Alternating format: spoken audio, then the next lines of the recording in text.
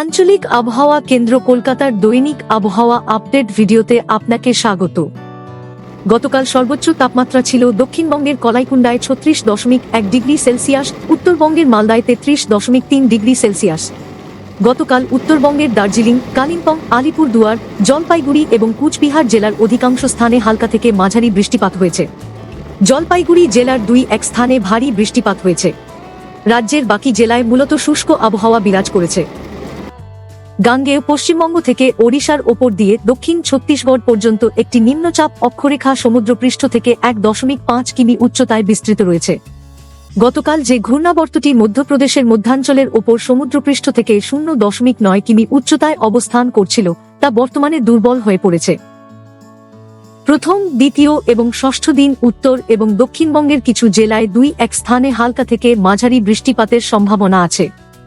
তৃতীয়, চতুর্থ, পঞ্চম এবং সপ্তম দিন রাজ্যের সমস্ত জেলায় হালকা থেকে মাঝারি বৃষ্টিপাতের সম্ভাবনা আছে, যা মানচিত্রে প্রদর্শিত রয়েছে। আগামী 7 দিনের আবহাওয়ার সতর্কতা মানচিত্রে প্রদর্শিত হল। এক্ষেত্রে বিশেষভাবে লক্ষণীয় যে তৃতীয় দিন রাজ্যের উত্তর এবং দক্ষিণবঙ্গের বিভিন্ন জেলায় কমলা সতর্কতা জারি করা হয়েছে।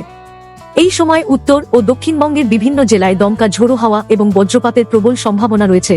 সেই সঙ্গে উত্তরবঙ্গের দার্জিলিং, জলপাইগুড়ি ও আলিপুরদুয়ার জেলাতে ভারী বৃষ্টির সতর্কতা থাকছে এবং দার্জিলিং ও কালিম্পং জেলায় বিচ্ছিন্নভাবে শিলাবৃষ্টির সম্ভাবনা রয়েছে। আগামী 30 মার্চ থেকে পরিস্থিতির উন্নতি হওয়ার সম্ভাবনা রয়েছে। বজ্রবিদ্যুৎ সহ বৃষ্টি বা তীব্র বৃষ্টিপাতের সময় নিরাপদ স্থানে আশ্রয় গ্রহণ করুন।